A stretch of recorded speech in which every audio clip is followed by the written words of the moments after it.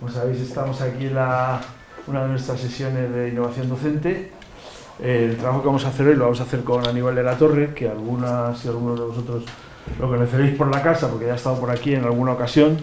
Tuvimos la ocasión de tenerle aquí el año pasado, al final del año 2014, me parece que fue, también charlando sobre cómo trabajar con nuestros contenidos digitales, etcétera. Y pues es un placer tenerle aquí. Aníbal es un profesor de matemáticas que ha estado durante algún tiempo coordinando estrategias dentro de lo que es el trabajo más de innovación y de tecnologías, etcétera, de la Consejería de Educación de la Junta de Andalucía, y también lleva muchos años ligado a lo que ha sido un poco la revolución de las redes y la revolución del conocimiento más horizontal, el conocimiento más expandido. Durante una época se ha ocupado de llevar toda la parte de contenidos de un espacio virtual emblemático para todos nosotros, que es Educa con TIC, para todas las personas que nos dedicamos a la educación, y él ha sido un poco el alma de que eso funcionara, y ahora está trabajando de nuevo en su instituto con su gente. Donde tengo que estar. Entonces, bueno, pues vamos a trabajar con él sobre algo que algunos de nosotros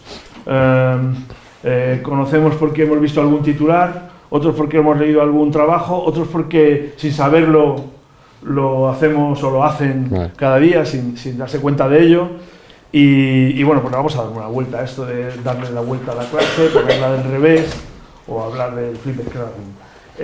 Aparte de las personas que estamos de la escuela, que creo que todos y todas nos conocemos prácticamente, está Juan Bautista Martínez, que es este compañero que está aquí, que es catedrático de didáctica de la Universidad de Granada, de la Facultad de Ciencias de la Educación, y que es también ha sido mi maestro, por ejemplo, y maestro de maestros.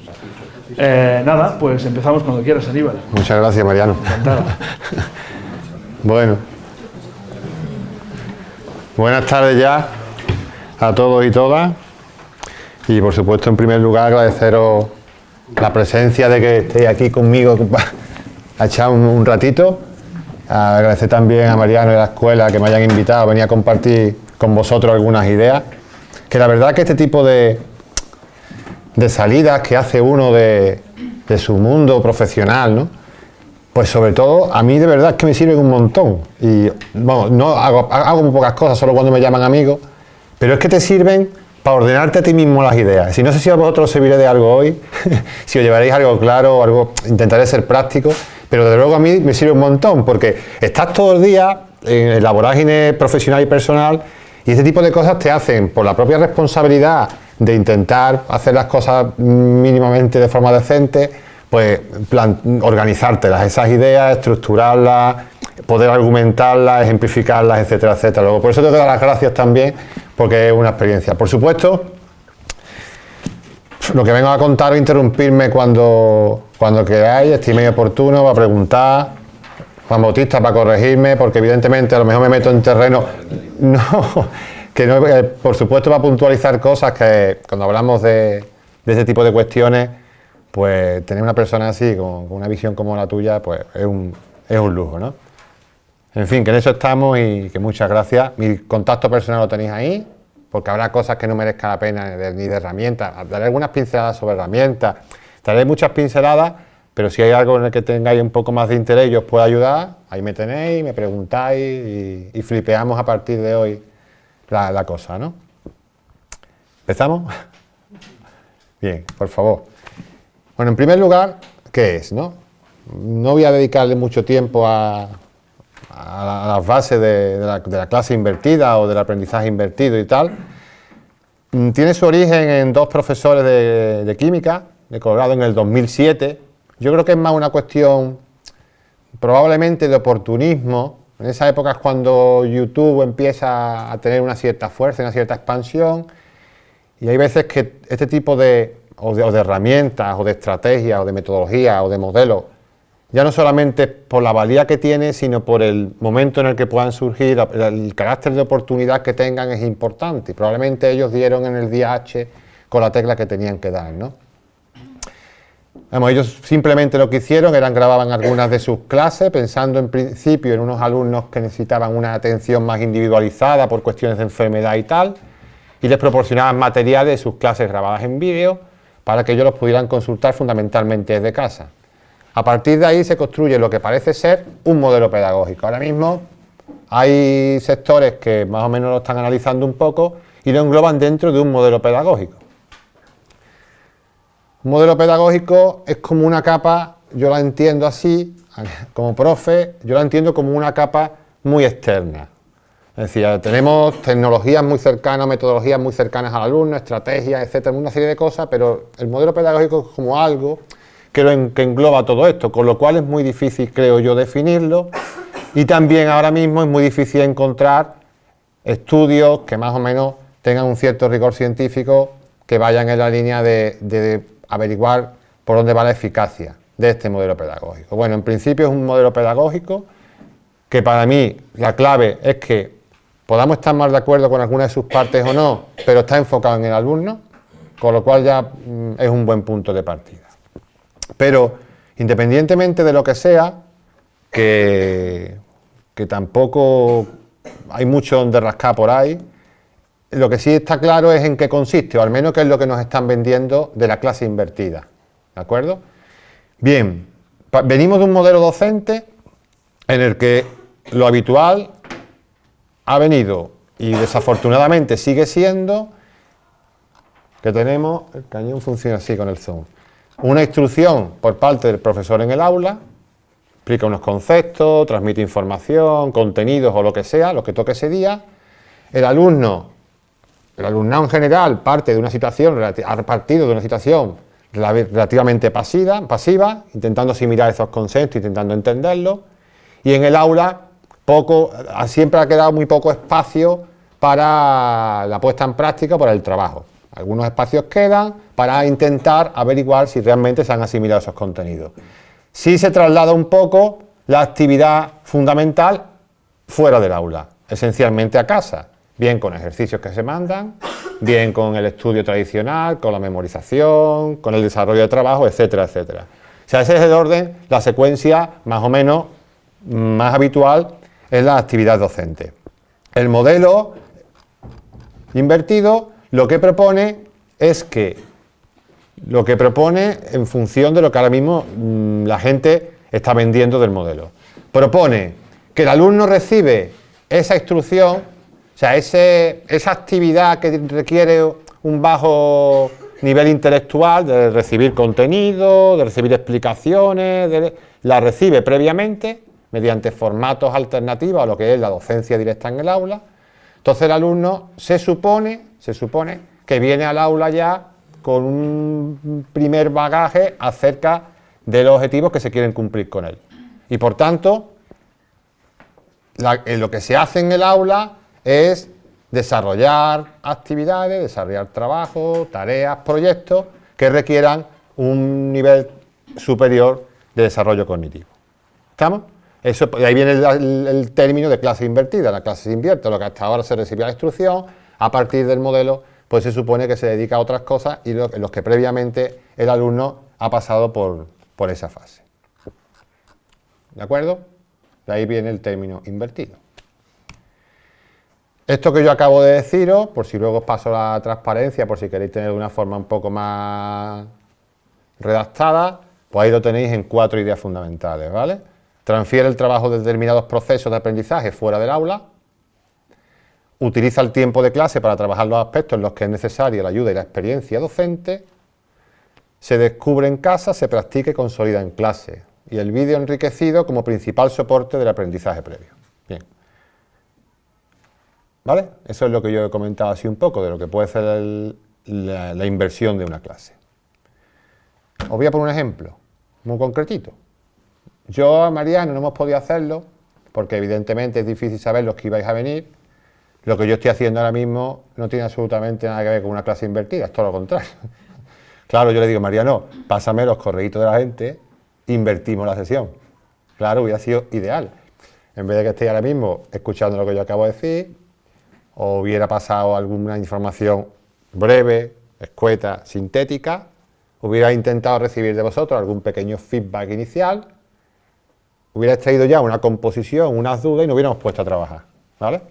Eso sería lo ideal, porque vamos a hacer justo lo contrario. Entonces, ¿yo qué tenía pensado? No lo he desarrollado, porque al ver que no era posible, pues tampoco me pega una pecha de trabajar grande con esto, ¿no? Pero lo que yo más o menos, para que tengáis un poco una idea de lo que yo haría. Bien, la misma explicación que yo acabo de daros, eso lo hubiera grabado en vídeo. Es verdad que todo esto, bueno, tiene muchos problemas. Ahora mismo se me acaba de ocurrir uno, ¿no? Que estéis aquí hoy, probablemente es la garantía de que me hayáis escuchado explicando esa breve introducción. Si os lo hubiera pasado por vídeo, tenemos muchas cosas más importantes que hacer, como ver un vídeo de 5 minutos, ¿no? Pero bueno, en cualquier caso, hubiera grabado la sesión con herramientas que hay, que ya no hace falta un estudio de grabación, ya no hace falta un croma, ya no hace falta una post-edición, sino hay un programita de los muchos que hay, como Screencast Magic, que es tan fácil como ahora mismo, si yo, bueno, no voy a hablar de herramientas, no preocuparos. Es un programa que se convierte en una página web. Yo le doy a comenzar grabación en este momento.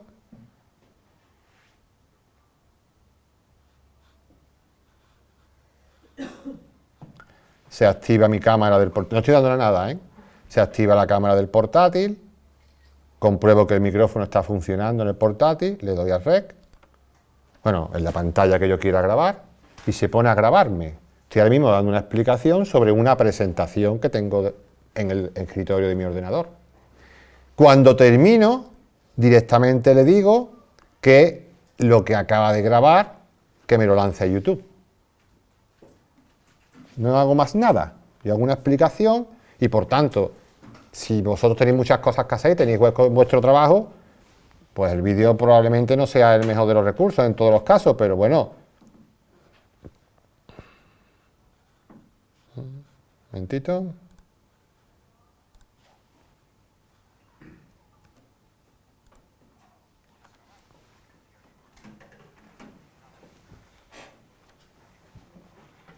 Vamos a quitar esto.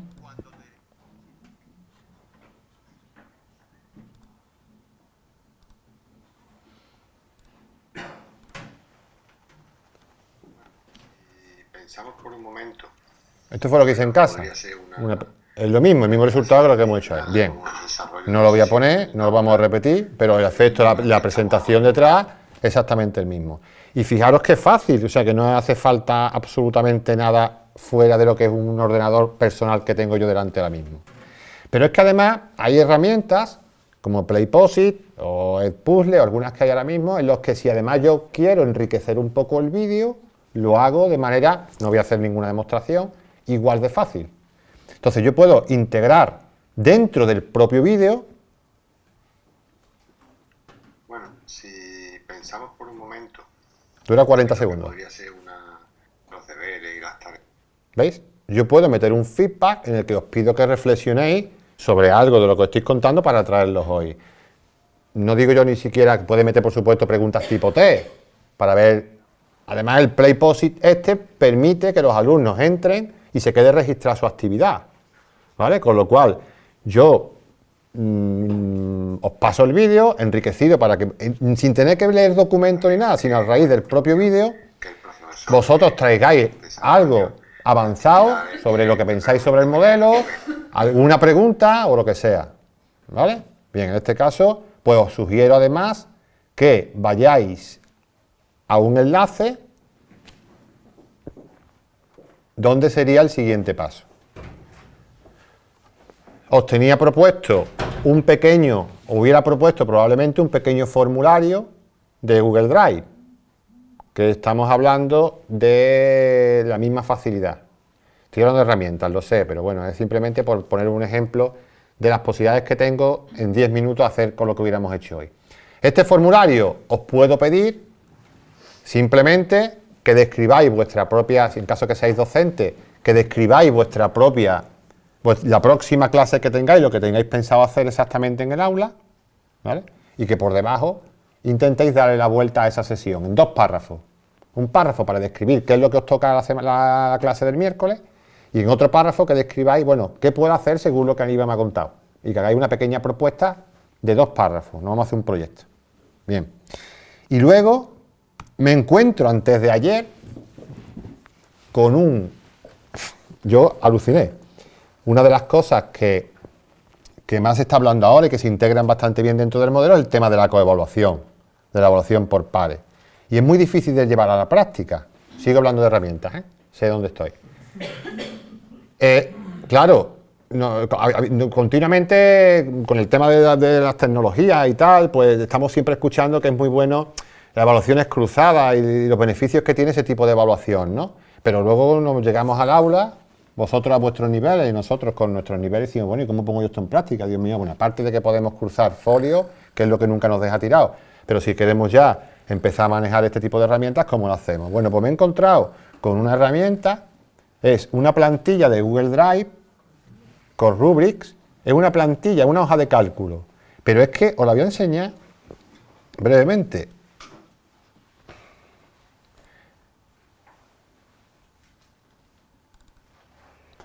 Os voy a enseñar en qué consiste.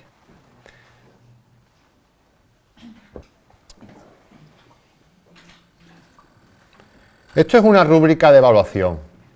Creo que todo el mundo más o menos sabe lo que es, ¿no? Bien. Ahora resulta que las rúbricas de evaluación ya tampoco son innovadoras. Ya estamos completamente desfasados. Si los que hemos empezado a introducir rúbricas en el aula para poner al docente a observar cosas que hasta ahora no observaba, pues ya parece que eso no funciona tampoco. Entonces, tú en un momento dado planteas una rúbrica de evaluación de un proyecto, un trabajito, de los que vosotros hubierais mandado, ¿no? Yo selecciono 3 y digo, vamos a poner en práctica una coevaluación. Bueno, pues lo único que hay que hacer es poner los nombres en una hoja de cálculo, poner los nombres de los proyectos que se van a evaluar y los correos electrónicos de los evaluadores y de los autores. Y automáticamente la hoja de cálculo, automáticamente el sistema crea un formulario y le envía por correo electrónico a los que habéis dado vuestro correo, os envía el formulario para que aparece la rúbrica, para que directamente seleccionéis con un desplegable el proyecto que vais a evaluar y lo evaluéis. Vamos, alucinante. Yo me quedé, vamos. ¿Os dais cuenta? Y esto es lo que hubiéramos hecho hoy.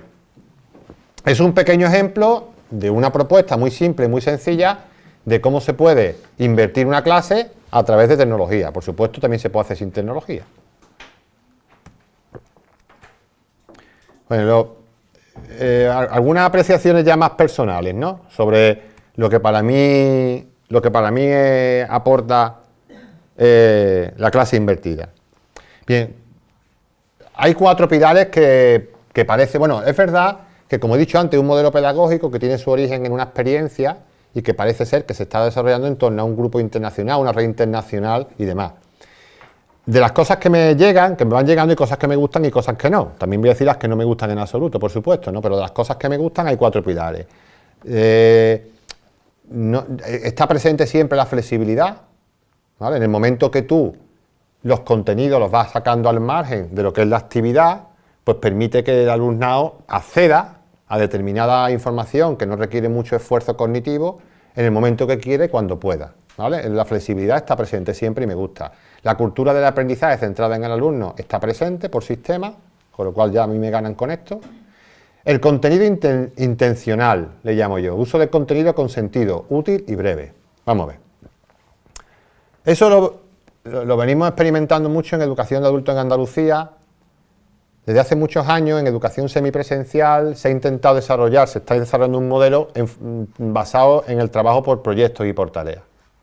Entonces, la premisa con la que nació ese proyecto, en principio, había una que era fundamental, y es que el contenido está al servicio siempre de la actividad educativa. El contenido no es el centro de la actividad, no es. Entonces, en aquel momento, lo que se desarrollaron fueron contenidos con un enfoque de consulta.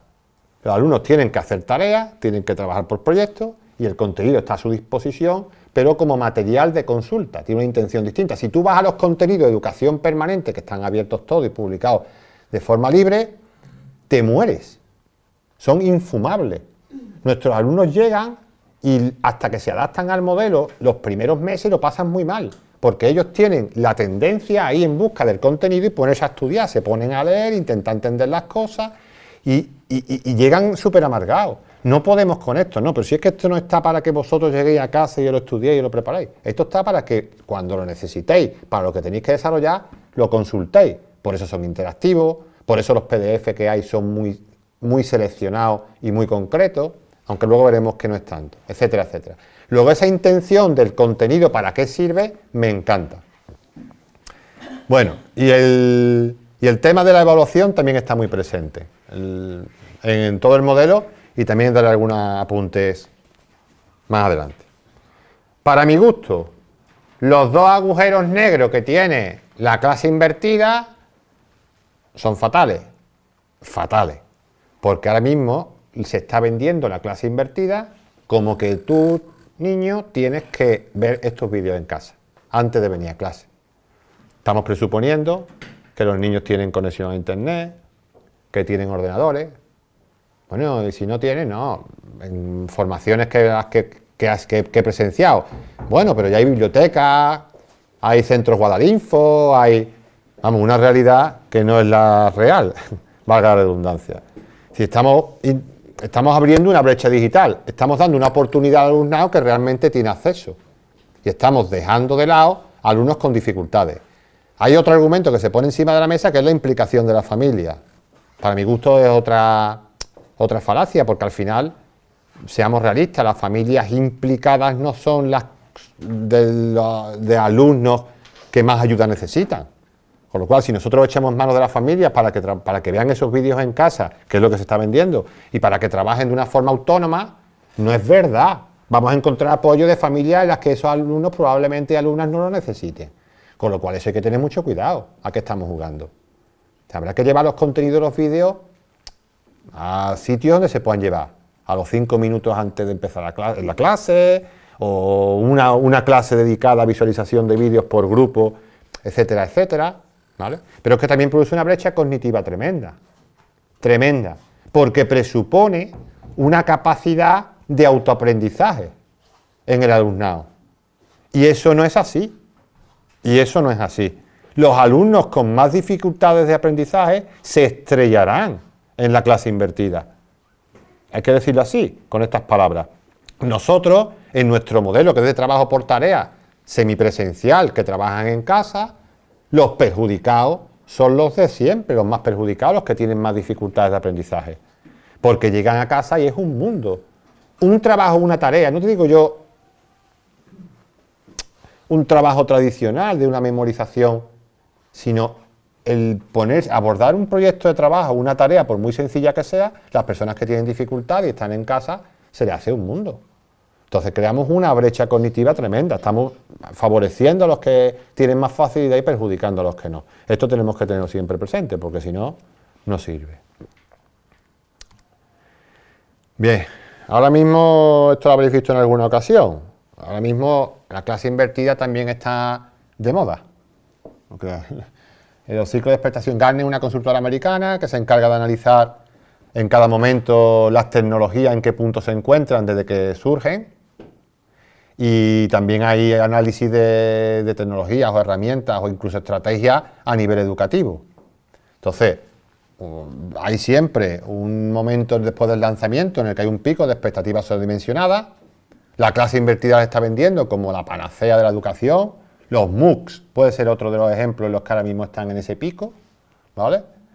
Luego la realidad los devuelve a un agujerito, a un abismo de desilusión bastante importante, y luego ya llega y digamos que ya ocupa su sitio adecuado, ¿no? Bien, pues con esto está pasando, no nos dejemos llevar tampoco por este tipo de, bien sean modelos pedagógicos, estrategias, herramientas, tecnologías, metodologías. Hay que siempre estar un poco alerta en qué momento se encuentran, a ver si es verdad lo que nos están vendiendo o no. Y eso como mejor se debe averiguar llevándolo al aula muchas veces, ¿eh?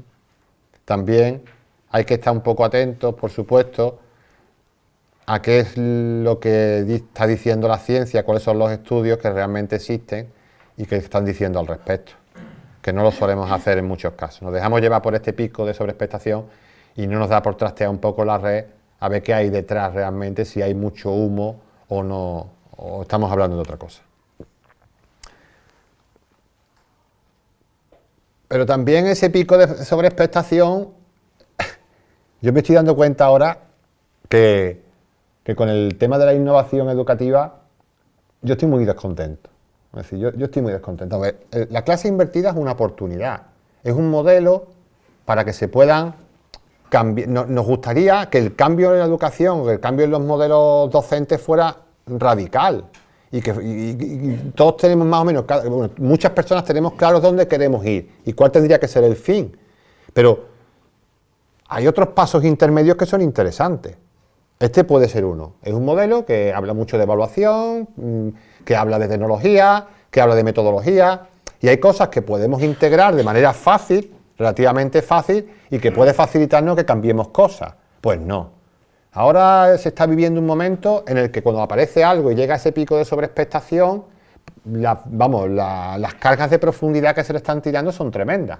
Hemos pasado de ser poco críticos, en muchos casos, a ser excesivamente críticos. No a extraer lo realmente positivo, sino con la innovación, al principio, o sea, el lugar que ocupaba en los centros o en los ambientes docentes era algo parecido a esto, eran perlitas completamente aisladas, eran los bichos raros, la gente que hacía cosas de estas se le miraba malamente. Luego, es verdad que apareció una corriente más o menos generalizada en la que se ha intentado, o en la que se cree que la innovación tiene, digamos, que tiene que expandirse por sí sola, que los modelos que realmente son válidos, cuando llegan a los ambientes adecuados, pues la gente los vaya asumiendo poco a poco por su validez. Y eso, con el tiempo nos estamos dando cuenta que tampoco funciona. Esa ósmosis de la innovación no llega. O sea, la gente reconoce esa innovación, reconoce las experiencias que son interesantes, pero sin embargo no está calando. Y me da la impresión que los sectores realmente innovadores han creado como una burbuja a su alrededor, como unos mecanismos de defensa en los que ahora parece que nada es válido. O sea, yo estoy dándome cuenta que lo que está ocurriendo es lo contrario. Es decir, que parece que cualquier cosa que quiera despuntar un poco, automáticamente hay que desmontarla. Las redes facilitan mucho estas estrategias y yo creo que hay que analizar las cosas con rigor, viendo dónde hacen aguas, pero también viendo qué es lo positivo de ello, ¿vale? En fin. La clave, pues lo que os decía, ahí lo tenéis, que es poner los contenidos y las actividades que requieren bajo nivel de actividad con el alumnado en los márgenes posibles. Por eso pongo yo en los márgenes posibles, no en casa por sistema, sino donde realmente se pueda. Bien, otra cuestión relacionada con la clase invertida. Se está vendiendo como vídeo. Siempre que buscáis cosas sobre la clase invertida o sobre el aprendizaje invertido, aparece el vídeo. Parece como si lo tuviéramos que grabar en vídeo, nuestra actividad pasará por ahí. Y no es así. Os pongo algún ejemplo.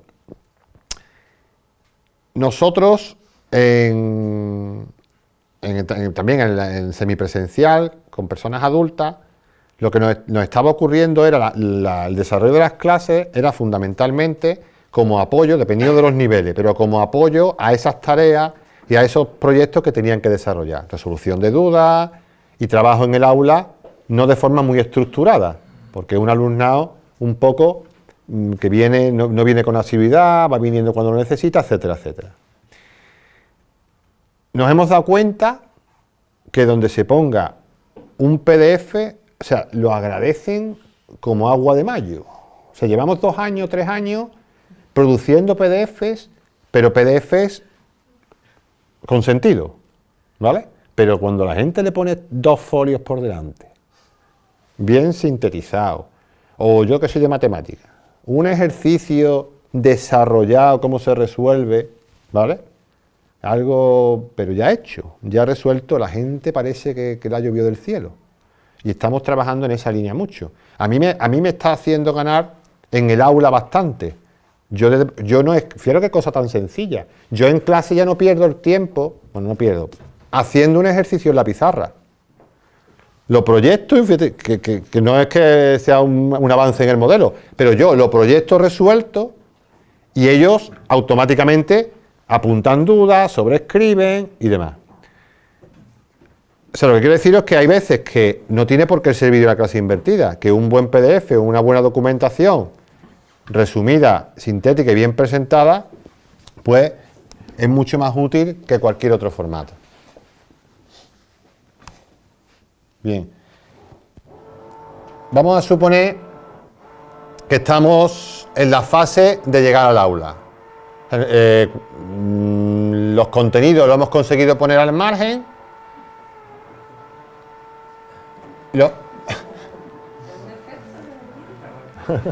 Parece.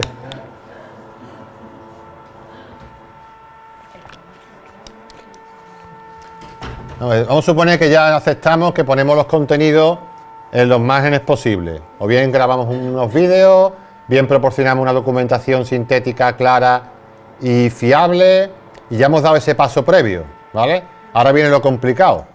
Lo complicado es generar actividades de interés dentro del aula. Bien. A mí me gusta mucho, y creo que hay que tenerlo muy presente, un trabajo que hace un compañero canario, que es Carlos Morales, que tiene unas tablas en las que las distintas situaciones de aprendizaje que se pueden producir en el aula las tiene clasificadas.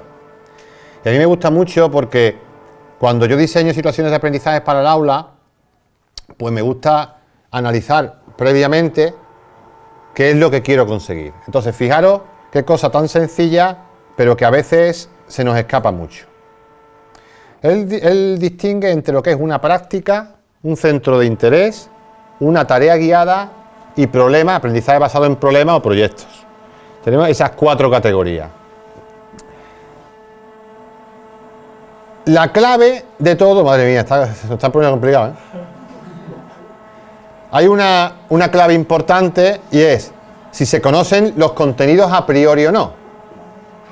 Es esencial, porque si nosotros queremos que los alumnos aprendan trabajando, realmente tenemos que tener presente siempre que cuando diseñamos una actividad no es para que apliquen algo que se les supone que han aprendido por otros medios. O sea, no pensemos que le estamos poniendo una actividad para que ellos demuestren si lo que han estudiado en casa está bien, si han entendido la explicación que yo les di antes de ayer o si el vídeo lo han comprendido. ¿Vale? Ahí es una gran diferencia. Si realmente creemos que los alumnos ya conocen esos contenidos previos, esos conceptos, estamos hablando de que le estamos proponiendo una práctica. ¿Hay un reto que vertebre el trabajo? A veces. ¿Y se proporciona la secuencia de actividades? Sí. Son prácticas en las que ellos tienen que demostrar que tienen asimilados determinados conceptos. Bueno, el centro de interés, no tienen por qué conocer los contenidos a priori, pero bueno, tampoco hay un reto que vertebre el trabajo. Es lo típico de las celebraciones de los días. Vamos a celebrar el Día de la Salud en tal colegio. Y ahora cada profe o cada maestro o cada maestra, desde su ámbito, pues crea una actividad en torno a eso, ¿no? Bien, eso no tiene, es una cosa muy excepcional. Ahora, en cuanto a lo que es una tarea guiada o un aprendizaje por problema y por proyecto, también es interesante ver la diferencia. En ambos casos no presuponemos que el alumno conoce, con lo cual tiene que servir para que el alumno descubra, ¿vale? Y para que aprenda con esa tarea, que es la mejor forma de aprender. Eso ya más o menos creo que casi todo el mundo se lo cree. Hay un reto en ambos casos, un reto que tienen que resolver, y la diferencia entre tarea guiada y aprendizaje por problema y por proyecto es que la tarea guiada sí de alguna forma está más secuenciada. Le damos una serie de actividades o de procesos o de pautas intermedias para que lleguen a ese fin. El aprendizaje por proyecto es más global, más general y no tiene, digamos, esa acción intermedia. Por ejemplo, yo este año me he tirado un pozo otra vez, como lo hago unas pocas veces todos los años, y ahora tengo un proyecto, estoy trabajando con mis alumnos de una asignatura con Arduino, con robótica en el aula. Es increíble, de verdad, es increíble. Cuando realmente partes del aprendizaje por proyecto o por tarea, cuando realmente pensamos que el alumno es capaz de aprender haciendo cosas o trabajando, es alucinante. Yo me di cuenta, he aprendido que la robótica hoy en día es muy fácil. Arduino son unos microordenadores muy baratos, unas placas muy baratas, que sirven la misión fundamental que tiene, tú le puedes enchufar sensores. Y esos sensores reciben información del exterior, puedes poner sensores de temperatura, sensores de humedad, sensores de distancia, detectores de línea. Hay un montón de sensores que tú le pinchas y un montón de actuadores. Tú le puedes enchufar cables en los que se encienden lucecitas, se activan motores, etcétera, etcétera. Eso se programa con un entorno, que hay pone mucho, pero bueno, se instala con un entorno de programación que no es fácil, que no es nada de fácil. El lenguaje C puro y duro. Ostras, y dice uno, ¡uf! Claro, si yo, ¿qué potencial le veo a Arduino con mis alumnos? El potencial que le veo no es que aprendan realmente electrónica, que la aprenden, de paso, no es que aprendan programación en C, que lo que hacen, que aprenden, cambiando donde pone un 7, pongo un 8, donde pone un if, van aprendiendo cosas. O sea, ellos van entendiendo los programas, ellos saben, no son capaces de hacer un programa desde cero, pero ellos entienden el programa, lo que está haciendo cada sentencia, con lo cual, por ensayo y error, modifican cosas y les funciona.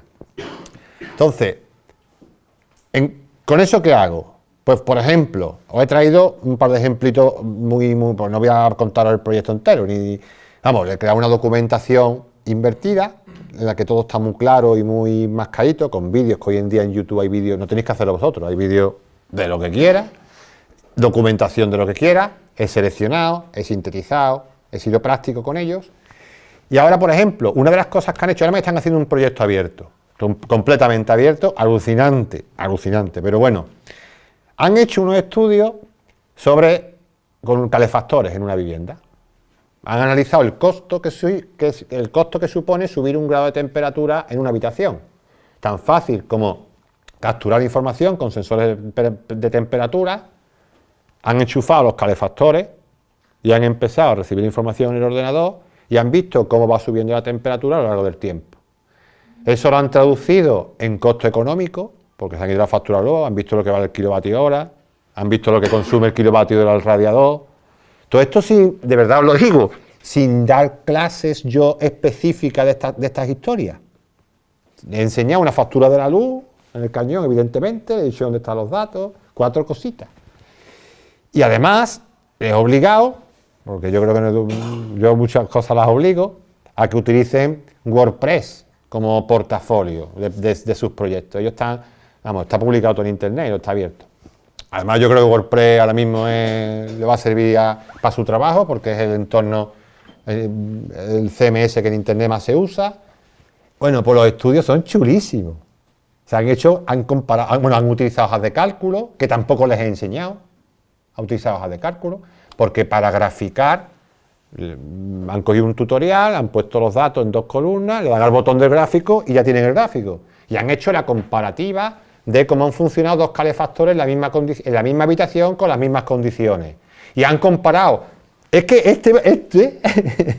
de verdad, han llegado a decirme en el informe que han hecho, por aquí, han entrado por grupo de luego. Tienen distintos roles. Además le he hecho que lo hagan en algunos casos con roles parecidos a como si fuera una empresa, ¿no? El jefe de comunicación, el tecnólogo, en fin, el informático y todo ese rollo. Por ejemplo, es que le he corregido el informe antes de ayer, por segunda vez. Me han llegado a decir que, bueno, me han llegado a informar de que conviene hasta cierta temperatura enchufar uno, porque fijaros, el de mayor consumo y el de menor consumo han coincidido en el tiempo en calentar la habitación hasta una cierta temperatura. Con lo cual han dicho, no, es que hasta los 24 grados y medio vamos a enchufar el de menor consumo. Y si a partir de ahí tenemos mucho frío, vamos a poner de mayor consumo porque subimos la temperatura mucho más rápido y nos interesa más. O sea, flipante. En fin, han aprendido lo que yo en un curso entero sería incapaz de enseñarles dándole clases de hojas de cálculo, de electrónica, de Arduino, de WordPress, de gráfico, de matemática, de interpretación de gráficas.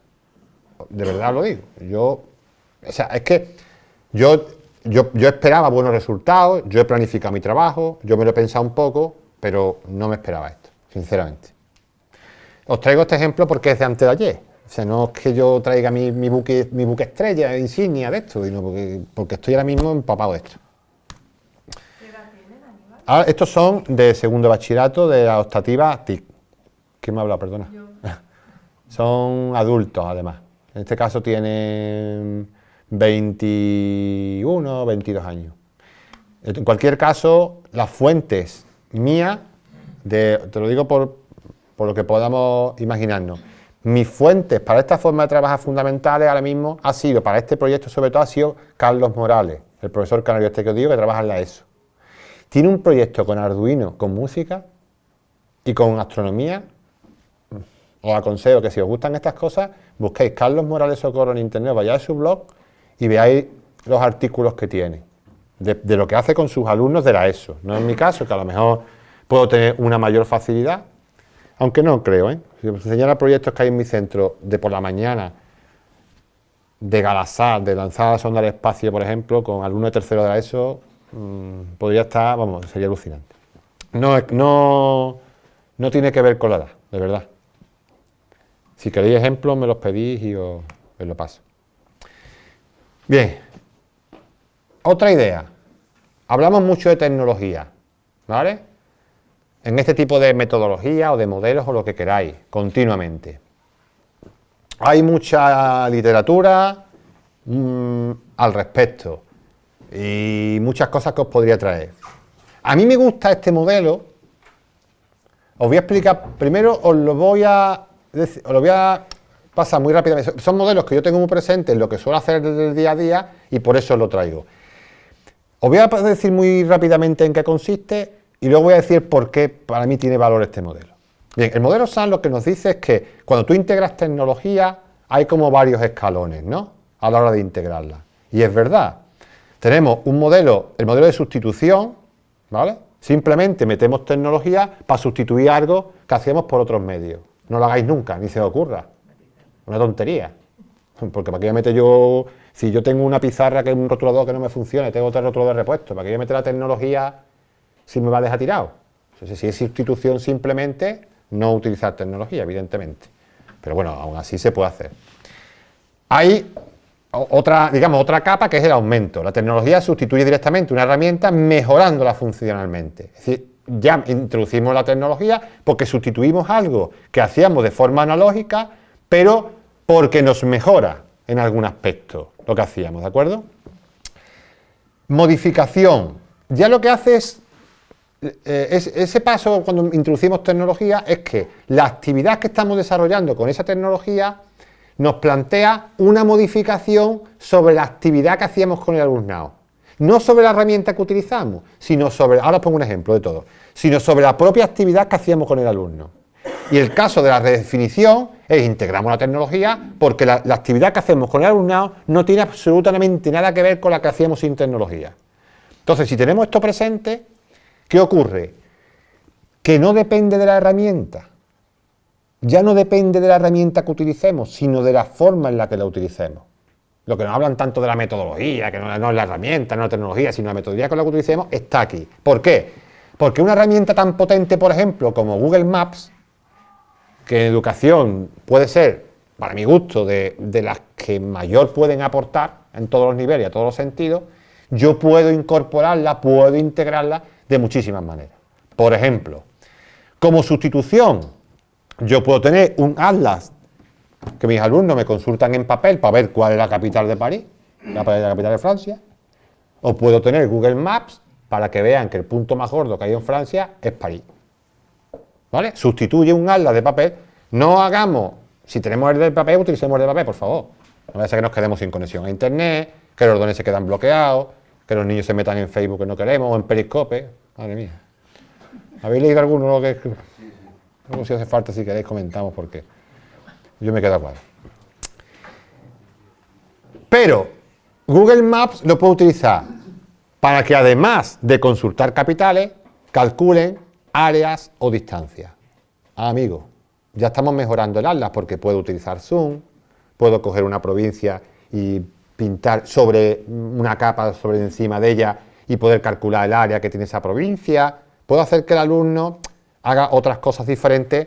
Entonces ya en ese caso estamos aumentando las posibilidades de la herramienta. ¿Qué puedo hacer? Puedo redefinir la actividad que esté haciendo con el alumnado. Puedo pedirles, por ejemplo, que se vayan al Street View, que se vayan al barrio de la Escuela Andaluza de Salud Pública y que busquen por el Street View, por las calles, por las fotografías reales, que naveguen y busquen elementos geométricos que encuentran en los edificios, que me los capturen por la pantalla, por ejemplo, y que me los comenten. Eso ya es otra historia. Ya estoy generando una actividad, estoy haciendo que el alumno interactúe con su medio más cercano y le está proporcionando cosas interesantes a la herramienta. Ya es una actividad diferente a la que puedo hacer con el medio analógico. Por tanto, eso ya empieza a ponerse bueno. A mí ya empieza a gustar. Pero es que además puedo redefinir completamente lo que estoy haciendo. Me pongo el ejemplo de un paseo literario virtual.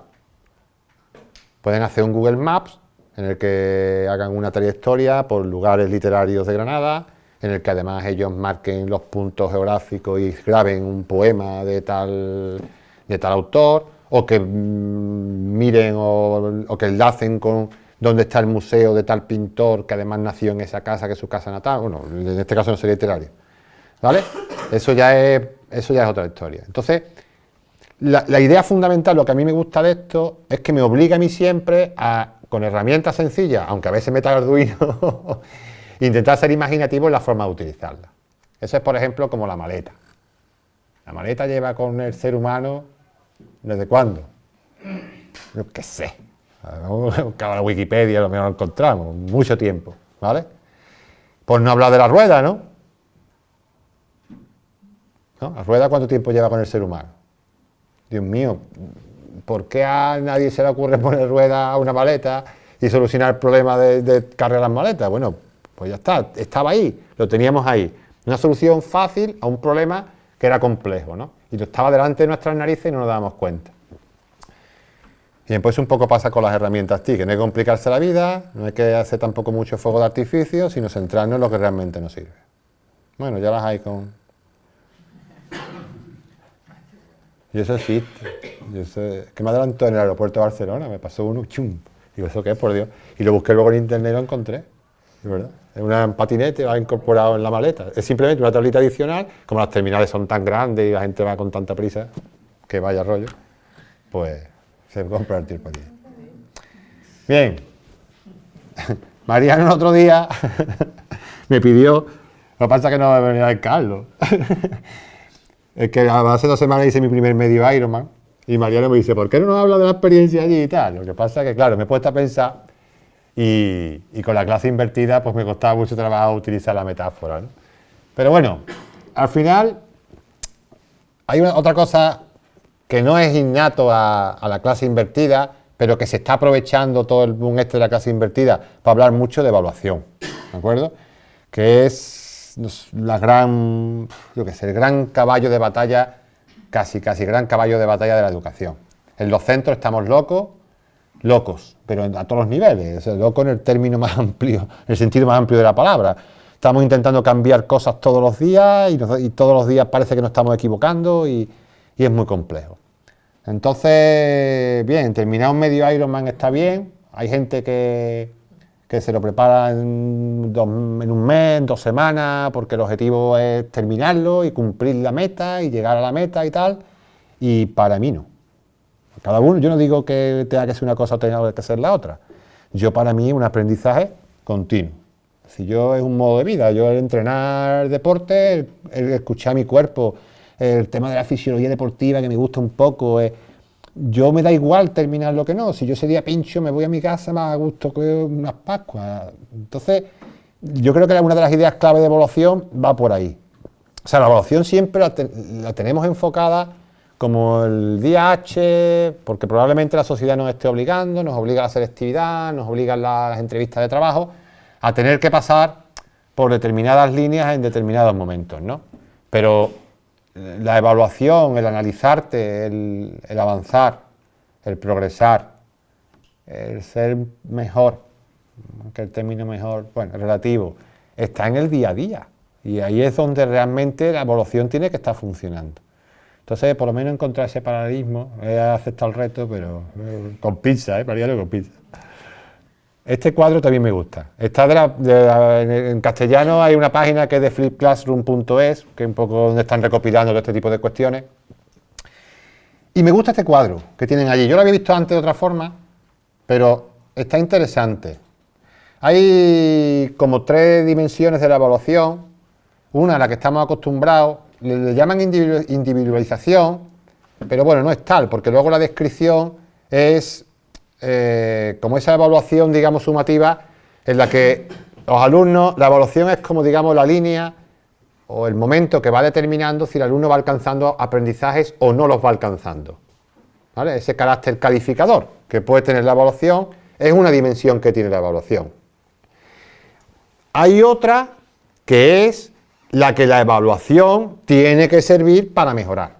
Yo ahí es donde estoy aprendiendo ahora. Un poco. Y porque estoy intentándolo. Es decir, yo por ejemplo, os paso la diapositiva. O la adelanto y luego la paso de largo, porque ha salido el tema. Con el proyecto que yo he enseñado antes de Arduino, a nivel del blog, del portfolio que están llevando ellos, de su aprendizaje, yo le he escrito 2 informes, evaluándoselo. Pero antes, o sea, yo no se lo he calificado.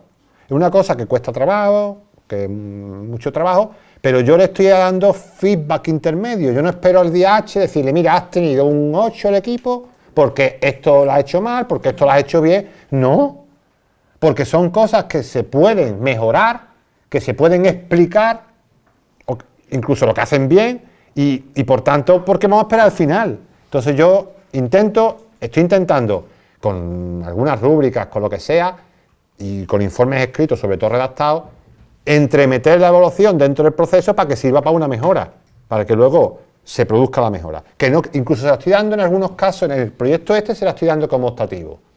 Es decir, para no estresarlo, le estoy diciendo, oye, estáis aprobados, estaréis en torno, lo que estoy viendo, estaréis en torno al 8, al 9. Si queréis mejorar, hoy en día publicar en internet es algo muy importante, la imagen que proyectáis es esencial. Pues mira, le estoy dando recomendaciones y o si queréis paso el enlace de los 3 blogs porque están chulísimos, están quedando muy bien. Están asumiendo cosas que pueden hacer fácilmente y las están mejorando. Sobre las gráficas igual, en fin. Esa parte de diferenciación es la evaluación para el aprendizaje, para que realmente sirva para que aprendan más o mejor o de forma diferente. Y luego la evaluación como aprendizaje. Esto es más complicado. Es como modo de vida, ¿no? Como que ya eso está ya integrado dentro del alumnado y que realmente es una práctica permanente dentro del proceso de aprendizaje y que realmente el evaluar es un aprendizaje al que se tienen que enfrentar ellos también. Se tienen que autoevaluar, tienen que aprender a evaluar compañeros, la cultura de la evaluación integrada dentro de los procesos de enseñanza y aprendizaje. Yo ahí no he llegado. Lo reconozco, no he llegado. No puedo contaros experiencias ni mucho al respecto porque no he conseguido llegar ahí. Se hacen pinitos, se hacen pequeñas avanzadillas, pero hay gente que ya tiene esto muy currado. Los contratos de aprendizaje, por ejemplo, el otro día nos decían, había un debate importante en Facebook sobre la evaluación, con amigos José Luis Castillo, con David, etcétera, etcétera, en el que yo me cabré mucho porque, vamos, lo de las rúbricas, bueno, fue un malentendido, porque a raíz de la Junta de Andalucía ha sacado ahora un sistema dentro del Seneca, del programa de gestión de alumnado, en el que se puede evaluar mediante rúbricas. Y claro, se lanza una crítica a esa evaluación por rúbrica desde sectores innovadores, porque están pensando un poco en ese modelo de la administración, ¿no? Bueno, y hubo un poco de debate que yo decía, vamos a ver, pero es que una rúbrica, hay rúbricas y rúbricas, no destruyamos las rúbricas como medio de aprendizaje. ¿Por qué? Porque a mí me encantan. Porque yo he estado en formación, he estado con compañeros que ponerle una rúbrica por delante, incluso sin ellos tenerla contextualizada al proyecto concreto, una pequeña rúbrica así bien construida, sencilla, les hace ponerse ellos en situación de evaluar cosas que hasta ese momento no se habían planteado nunca. Yo me pongo delante de una rúbrica, a ver, el alumno se ha expresado, ¿a qué nivel? Y descrito los 3 niveles, hace que el docente se ponga nervioso. ¿vale? Y yo eso creo que tiene cosas positivas. Bueno, pues esto viene, me he desviado un poco, no me he desviado, porque el debate venía en el que ellos llevan tiempo manejando los contratos ya de evaluación, es a nivel ya de acordar con el alumno a principio de curso en qué momento está de su aprendizaje, qué sabe, qué no sabe, y llegar a un acuerdo, que tendría que estar de acuerdo con el currículum también, evidentemente, sobre qué pasos se van a dar, qué es lo que va a avanzar, y ese contrato se va revisando. En fin, eso ya es una cultura de la evaluación que se me escapa. Bien, voy ahora a destrozar totalmente la clase invertida, porque como sé que en casa no voy a ver vídeos el 80 o 90%, y llevo mucho rato hablando, y muchas veces venimos a estos sitios y a otro rollo que voy a soltar yo, pero bueno, por lo menos que 6 minutillos nos vamos a relajar. Y lo mismo que yo acabo de contar, lo vamos a ver en un vídeo que, insisto, que sé que no tendría que ponerlo, pero si ha visto a alguien, por favor, disculparme, pero a mí es que me encanta. A mí es que me encanta. Lo he descubierto hace muy poco, muy poco, vamos, hace 2 semanas. What would you guys say to teachers? If they're not getting high quality work, could they learn something from this? And what would you say to them that they could do differently in their classroom? This is a story called Austin's Butterfly. And it's a true story about a first grade boy. His name is Austin, and he goes to school, or used to go to school, in a town called Boise, Idaho. And in his class in Boise, Idaho, they were studying butterflies, and he had to do a project. His job in first grade was to draw a butterfly, and this is the butterfly that he picked. Austin had to use this photograph as his model, and he had to draw an accurate scientific drawing of this butterfly. This is called a tiger swallowtail. I knew it! Can you tell, Toby, why it's called tiger? Because it kind of has the stripes of the tiger right there. Good. So, here was Austin's job. He was supposed to do a scientific drawing of that butterfly. But remember, Austin was only in first grade. And you know what he did? He forgot to look like a scientist carefully. He got his paper and he just started to draw the image of a butterfly that he had in his head. And he wasn't looking like a scientist, and so this is what he drew. It's not bad, and it is a butterfly, but does it look exactly like this? No, it doesn't yet. It doesn't look exactly like this yet. Luckily, this wasn't a regular school where Austin went. It was an expeditionary learning school, just like Presumpscott School. And so they didn't look at this and say, good, Austin, you're done. They said, Austin, good start. Now we can start giving you critiques so you can do a second draft and make it better, and a third draft and make it better, and you can make it much, much closer to this, and he was ready to go. All of the first graders in his critique group sat on the floor like you guys are, and they decided to split their advice into 2 kinds. First, just the shape of the wings. And then when the shape was right, they give him advice about the pattern inside the wings. Alia, what would you say? Much pointier. Good. These wings could be much pointier. Who else would add something? Atak, what would you say? How about the angle? Un momento. Ir pensando a ver qué fallo le encontráis al modelo.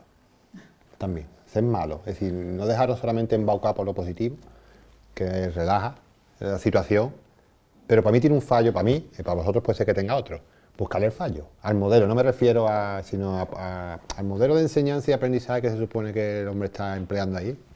Buscarle la vuelta. Because, not to be mean about Yes. the angle, it's just not exact, so... Okay, so show me. Come on up here, Atak. Show me what you would ask him to do slightly different. like to make it a little longer.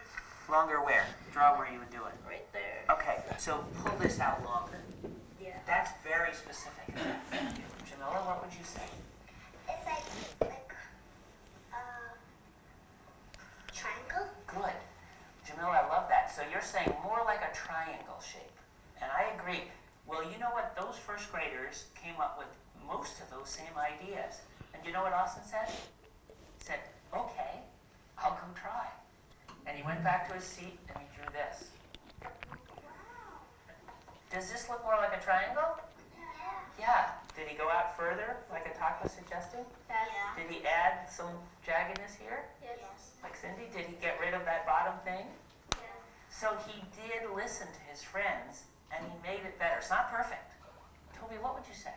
I'd say don't put those little tail things so pointed in. I'd say put them more pointed down. Good. Okay, Ethan, what would you say? I think you should make the wings like this, not like this.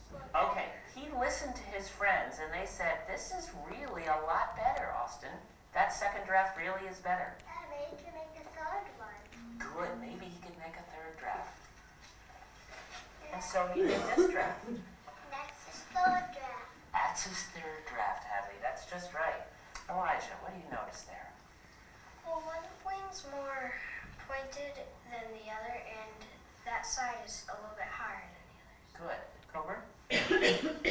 Right here, it doesn't have the inside thing still. Okay. Needs a little bit more of that notch. So, do you think maybe he should do a fourth draft? Yeah. Well, that's just what he said. He said, shoot, okay, I got round again. I'll go back and do a fourth draft. He listened. Does it look more even like Elijah was suggesting? Yes. Yeah, and does it look like it's coming out a little sharper, like Cindy was suggesting? And like Attack was saying, it's a little, the angle looks a little better. So now Austin was feeling really good. He said, am I ready to add some pattern? And they said, okay, why don't you try adding some of the pattern? And he did. He's good at it. He is so good. And then they said, Austin, you're ready for color. Let's look at his last draft. And what do you think? Did it come out really good? Yeah. Yeah. Let me show you where he started, just to give you a quick reminder. Bueno, ¿qué os parece? ¿Hay encontrar algún fallido? Desde el punto de vista pedagógico, ¿qué os parece? Ahí es lo que es el fallo que tiene el vídeo. Efectivamente, ¿no? Porque al final queremos que el niño pinte la mariposa H, ¿no? Que nos pinte la... Ahí donde está un poco lo que me da pena del vídeo, ¿no? Pero bueno, no intenta mostrar ese aspecto, sino lo que yo comentaba antes de la evaluación, ¿no? El de que demos la posibilidad de rehacer lo que ya está hecho para mejorarlo, ¿no? Ahora, por ejemplo, está terminando, esta semana de hecho termina, un curso de la Comunidad de Madrid sobre la clase invertida, que yo estoy ahí trasteando un poco, y una de las actividades que han hecho, han desarrollado un proyecto completo cada profe, han diseñado un proyecto de clase invertida, porque al final hablar de clase invertida termina hablando siempre de aprendizaje por proyecto, sale solo, ¿no? Entonces han diseñado un proyecto relacionado con clase invertida, pero al final han desarrollado un proyecto para hacerlo con el alumnado, ¿no? Y han montado en Moodle. Moodle tiene un taller, no sé si lo sabéis, muy complejo, pero muy potente, para realizar, se llama taller, en el que se permite realizar coevaluaciones. Entonces los proyectos se han publicado y cada profe ha evaluado a 3 proyectos de compañeros, de forma aleatoria, y han recibido, a su vez, evaluación de 3 compañeros. Pero evaluación, hay algunas rúbricas, pero sobre todo con propuestas de mejora y con feedback, permite un feedback entre evaluador y evaluado. Y se les ha obligado a que metan en el proyecto bien las recomendaciones que le han hecho los compañeros, y si no las introducen, que argumenten el por qué no le han parecido adecuadas. Es decir, se les ha obligado, entre comillas, a que coevalúen. Espectacular. Esta semana, yo anoche estuve hasta la 1:15, porque después de que terminan de reformarlo en base a lo que le han dicho los compañeros, tenemos que verlo nosotros. Estamos ahora esta semana, estoy hasta aquí, porque es que además te engancha a verlo, y es una pasada, vamos. O sea, la experiencia es chulísima. Los docentes, además yo creo que el hecho de ponernos nosotros a evaluar a los compañeros, nos pone en una actitud muy positiva a la hora de recibir la evaluación. No, la encajamos muy mal. Hay un hilo del foro que... Esto se está grabando, ¿no? Bueno, no voy a nombrar a nadie. Hay un hilo de foro que el título es llama mezquino a un compañero porque le ha evaluado mal su proyecto, porque no han puesto el interés en evaluarlo tampoco, ¿no? Es bien, pero bueno, cuando nos evalúan mal nos chirrían por todos lados las cosas. No estamos acostumbrados a mucha palmadita a la espalda, como veremos ahora, y ponerte tú en el papel de tener que evaluar y hacer propuestas mejoras a iguales en horizontal hace que encajes mucho mejor lo que te viene y que lo mires de otra forma, porque tú te has puesto en el papel constructivo de intentar hacer aportaciones y recibes las aportaciones pensando en que esa otra persona la está haciendo de la misma intención que tú, salvo las excepciones que comento, ¿no? La experiencia es chulísima. Os animo a que la pongáis en práctica, de verdad, porque son cosas que nos dan un poco de miedo, pero bueno. Esto, de evitar la técnica del sándwich, son algunas cosas que también estoy aprendiendo, porque como me manejo mucho en entornos virtuales, vosotros supongo que también, por la propia configuración que tenéis en la escuela, algunas cosillas que voy aprendiendo. La técnica del sándwich un poco, tenemos una cultura iberoamericana de dar demasiadas palmaditas a la espalda y no hacer una crítica directa y constructiva más anglosajona y a veces nos pasamos. ¿Por qué? Porque, ay, has hecho un muy buen trabajo, te has esforzado mucho, estás fantástico, pero esto está mal, no sé qué, no sé cuándo.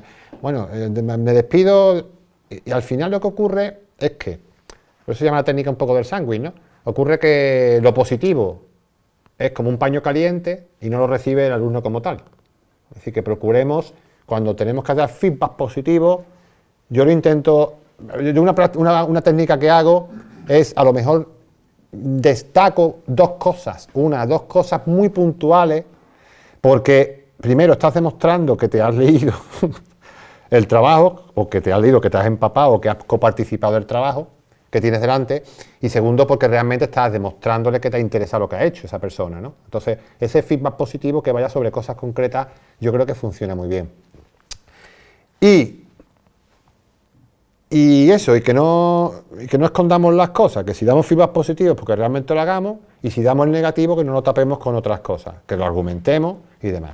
También hay veces que la mejora, como he dicho, que estoy haciendo, que incluso hay veces que cuando trabajáis así con personas que quizás sean más adultas como vosotros, incluso preguntarles si quieren la retroalimentación. He visto cosas en tu proyecto que harían que sería mucho mejor de lo que es, creo que puedes hacerlo mejor, pero no sé si quieres escucharla. ¿Vale? Ese Toño. Claro que sí, o claro que no, o no te contesta, pero si te dice claro que sí, es porque ya está diciendo, coño, yo quiero mejorar. Y entonces esa actitud para recibir y encajar esas cosas es mucho mejor, ¿no?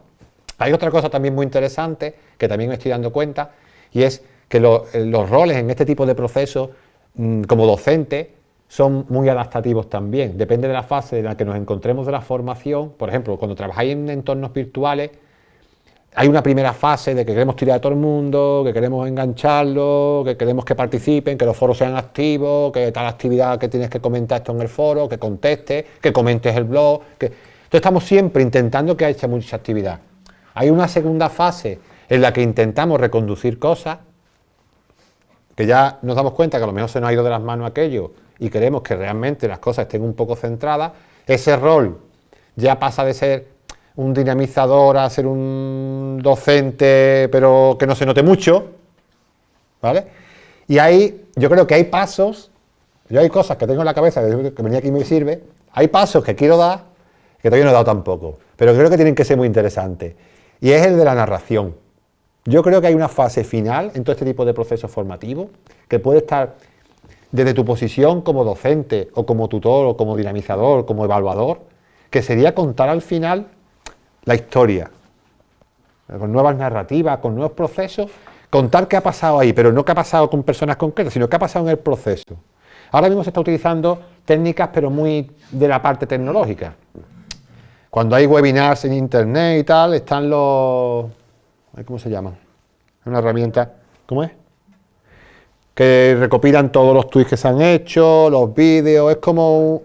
Storify, perdona, no me acordaba. El Storify es muy impersonal, porque al final es una suma de todo lo que se ha movido, ¿no? Pues yo creo que algún día voy a hacer algún experimento en el que yo creo que puede hacerme que realmente relate esa persona qué es lo que haya ocurrido, ¿no? Y destaque cosas importantes y llegue a conclusiones, porque otra de las cosas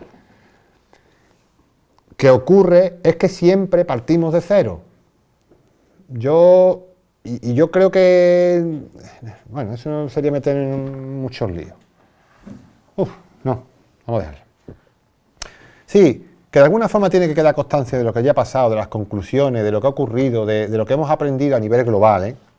Porque el próximo curso que se haga igual, eso tiene que estar a disposición de la gente. Pasa como con los EABE. Los EABE todos los años, el encuentro de profesores que hay anualmente, siempre empieza por lo mismo, prácticamente. Y siempre se parte de cero, se empiezan a repetir los mismos debates, las mismas quejas o los mismos avances. Y todo es muy cíclico al final, y yo creo que hay que buscar estrategias que nos permitan seguir avanzando en cosas que más o menos estén claras, claro. Y por último, ya termino, yo no sé ni el tiempo que llevo. Coño. Perdón. Bueno, me ha empezado un poquillo más tarde. 1 hora llevaré... 1 hora y 10. Llevo hablando, ¿no? Madre mía. Bueno, pues esta es la última... Vamos, ya he terminado. Yo últimamente siempre voy cambiando la foto, pero voy poniendo esto, sin dar muchas más explicaciones. Yo estoy convencido de que todo este follón y todas estas historias y tanta cosa, tenemos que reaprender a trabajar en equipo.